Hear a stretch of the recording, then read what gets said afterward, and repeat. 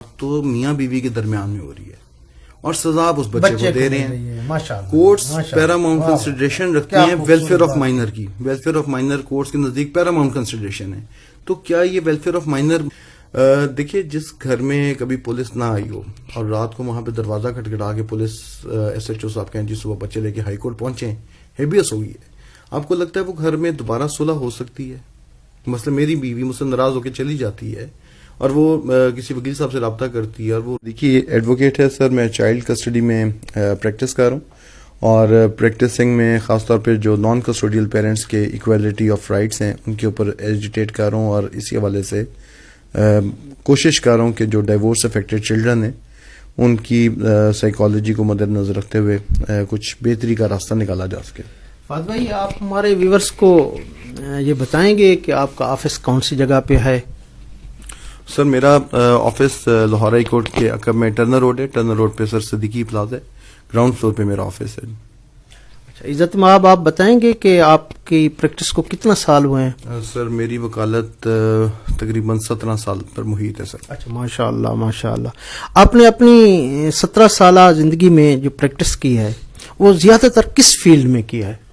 سر شروع میں 2002 میں سر میں نے جوائن کیا تھا پروفیشن اپنے والد صاحب کی وفات کے بعد. سر میرے والد بھی وکیل تھے. اچھا, ماشاء اللہ. اور اللہ تعالیٰ نے غریق رحمت کرے سر, فوجداری کا وہ بڑا نام تھا سر, قدیر احمد صدیقی مرحوم, اور ان کی وفات 2002 میں سر سپریم کورٹ میں آرگیومنٹس کے دوران کیس کے دوران ڈیتھ ہو گئی تھی. ان کی سڈن موت کے بعد پھر میں سر اس پروفیشن میں آیا تھا. تو اس کا مقصد یہ ہے کہ آپ کو وراثت میں ہی یہ جو ہے نا وہ پیشہ ملا ہے. وراثت کی اگر بات کریں تو ایکچولی تو میں 3rd جنریشن ہوں سر اس پیشے میں. اچھا, ماشاء اللہ ماشاء اللہ ماشاء اللہ. پھر تو آپ کے پاس بہت بڑی لائبریری ہوگی. جی الحمدللہ سر, میرے دادا بھی وکیل تھے سر, اور پاکستان بننے سے پہلے لاہور کے پہلے مسلمان پبلک پروسیکیوٹر تھے سر, اور 1944 میں انہیں خان بہادر کا ٹائٹل ملا تھا سر, میرٹس پہ, کتے نے لانے پہ نہیں.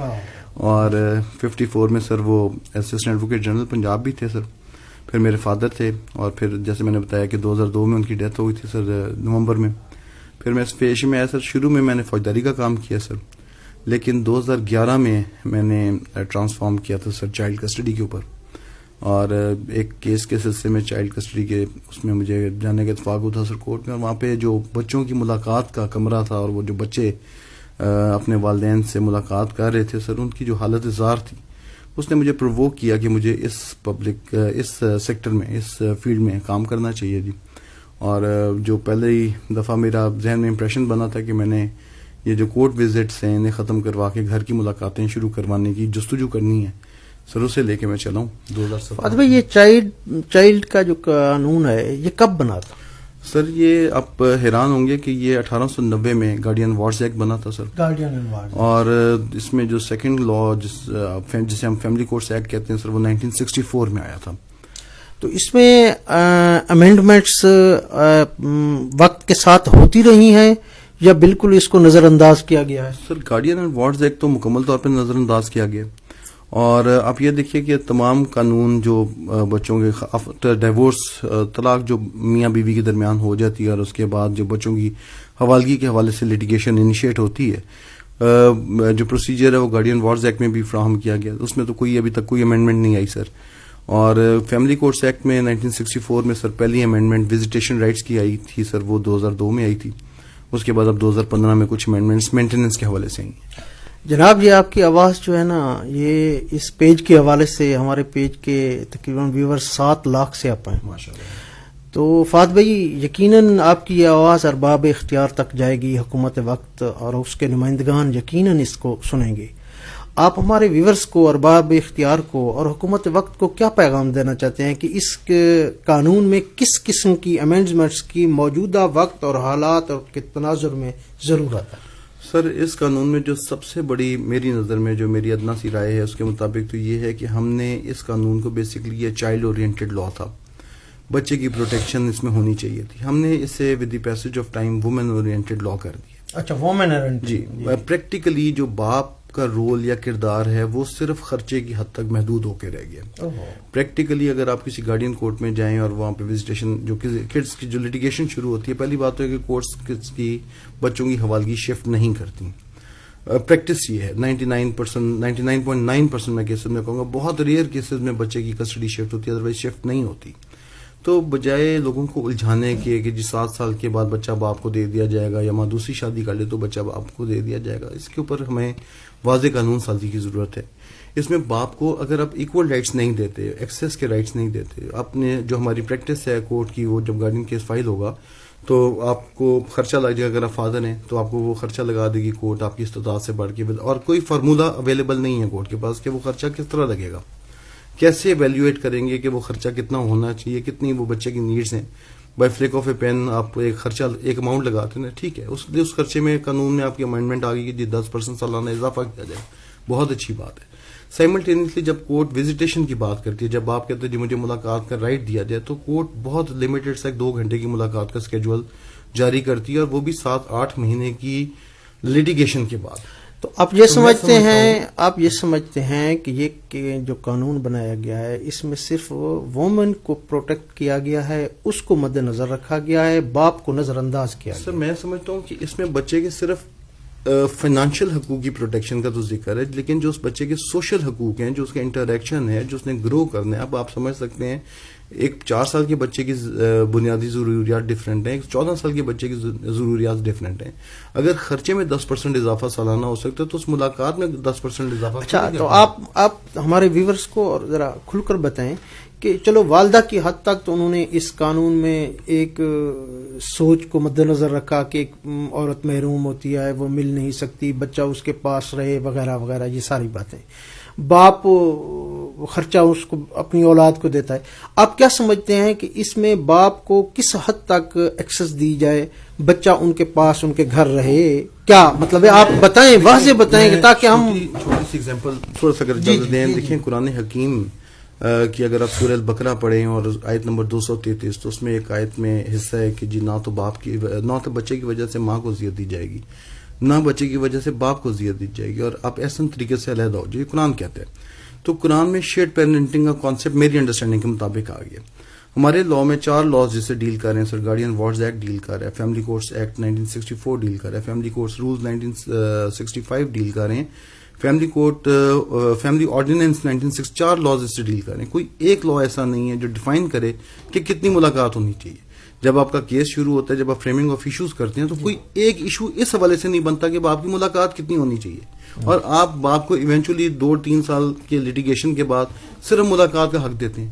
تو وہ ملاقات اتنی تو ہونی چاہیے کہ وہ بچہ اپنے باپ کو پہچان سکے، وہ بچہ اپنے باپ کی جو فیملی ہے، جو دادا ہیں، جو چاچا ہیں، جو اس کی کزنز آ رہے ہیں، ان کو انٹریکٹ کر سکے.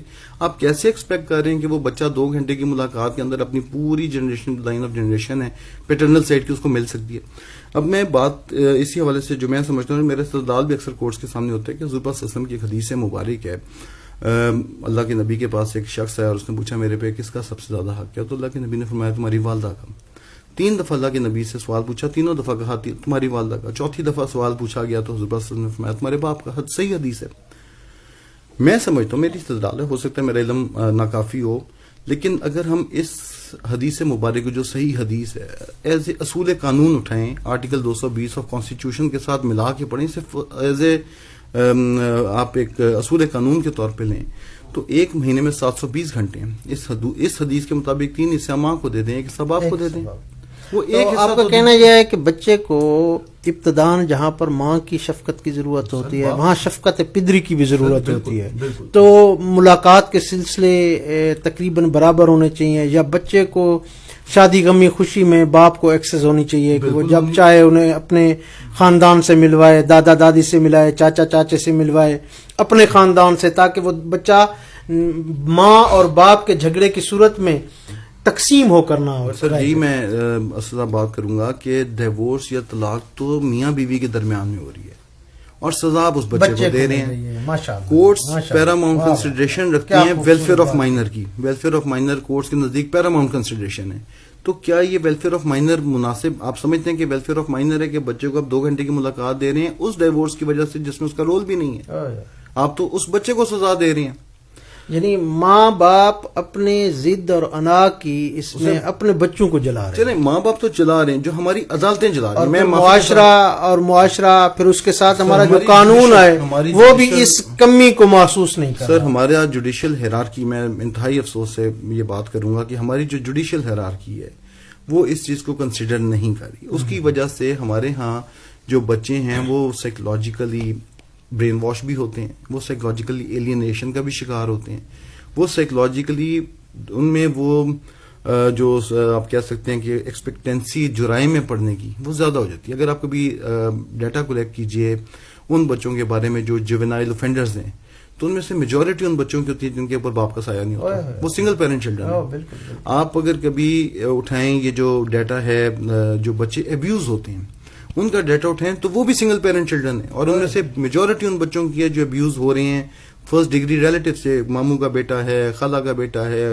ماموں ہے، کزن ہے، وہ ابیوز کر رہے ہیں ان بچوں کو. اور آپ بینگ سنگل پیرنٹ مدر جانتی ہیں کہ آپ کا بچہ ابیوز ہو رہا ہے اور آپ کچھ نہیں کر رہی. آپ صرف اپنے شوہر سے نفرت کی بنیاد پہ ان بچوں کو قربانی کا بکرا بنا کے بھینٹ چڑھا رہے ہیں.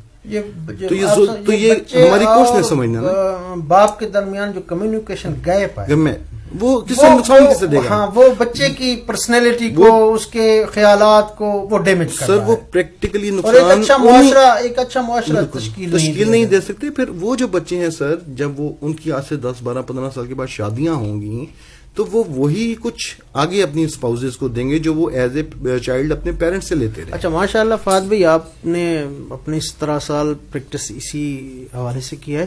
آپ معاشرے میں بھی یقیناً ہم سب سانجھے ہی رہتے ہیں، تو اس میں آپ ہمارے ویورز کو یہ بھی بتائیں گے کہ طلاق کی بڑھتی ہوئی شرح میں کیوں اضافہ ہو رہا ہے؟ سر میں سب سے زیادہ جو مجھے سمجھ میں آئی ہے وہ انٹالرنس ایک بہت بڑا فیکٹر ہے. اچھا.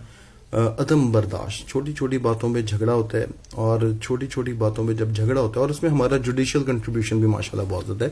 میرا استدلال ہے، ہو سکتا ہے اسے ایگری نہ کریں. دیکھیے جس گھر میں کبھی پولیس نہ آئی ہو اور رات کو وہاں پہ دروازہ کھٹکھٹا کے پولیس ایس ایچ او صاحب کہیں جی صبح بچے لے کے ہائی کورٹ پہنچے، ہیبیس ہو گئی ہے، آپ کو لگتا ہے وہ گھر میں دوبارہ صلح ہو سکتی ہے؟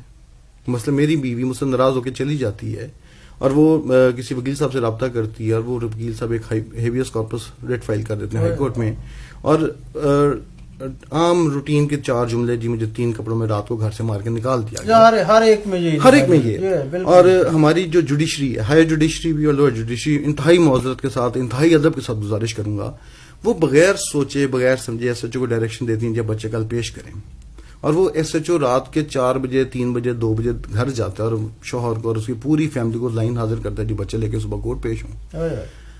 بچے کورٹ میں پیش ہوتے ہیں، اس کا کیا ایشو بنتا ہے میں نہیں کہتا، میجورٹی میں بچے ماں کو ہینڈ اوور کر دیے جاتے ہیں.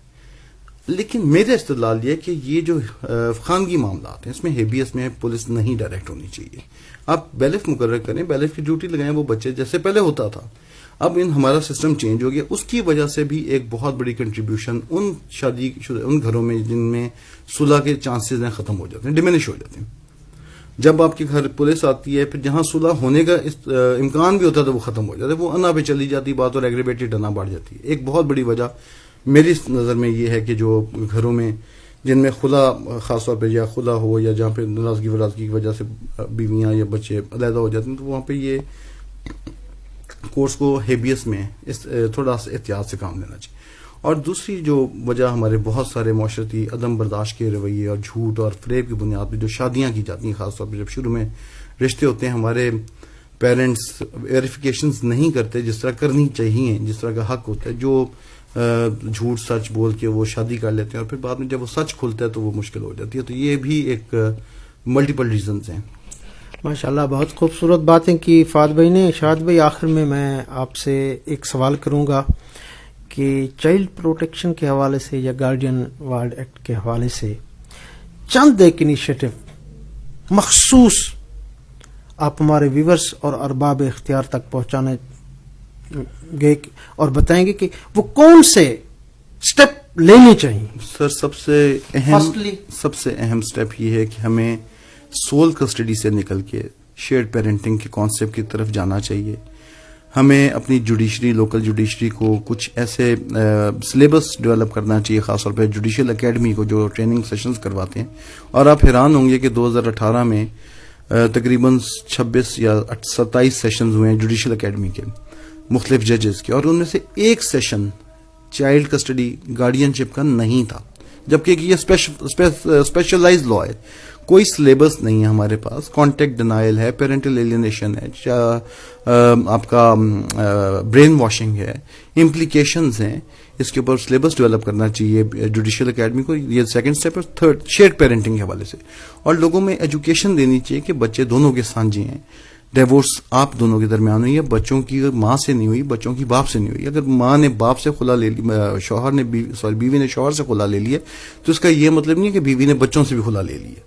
یا اگر شوہر نے بیوی کو طلاق دے دی تو اس کا یہ مطلب نہیں ہے کہ باپ نے ماں کو طلاق دے دی ہے. بچوں کے لیے ماں اور باپ ہمیشہ ضرورت رہتے ہیں، اور ہمیں کوشش یہ کرنی چاہیے کہ جیسے ہی کیس اگر کسٹڈی کا آئے، آپ بچے کی کسٹڈی ماں کو دے دیں، لیکن باپ کو ایکویلٹی بیسڈ رائٹس دیں، پیرنٹل ایکسیس دیں، تاکہ ان بچوں کی جو شخصیت میں طلاق کی وجہ سے ڈیمیج پیدا ہو گیا ہے اس ڈیمیج کو کنٹرول کیا جا سکے. ماشاء اللہ.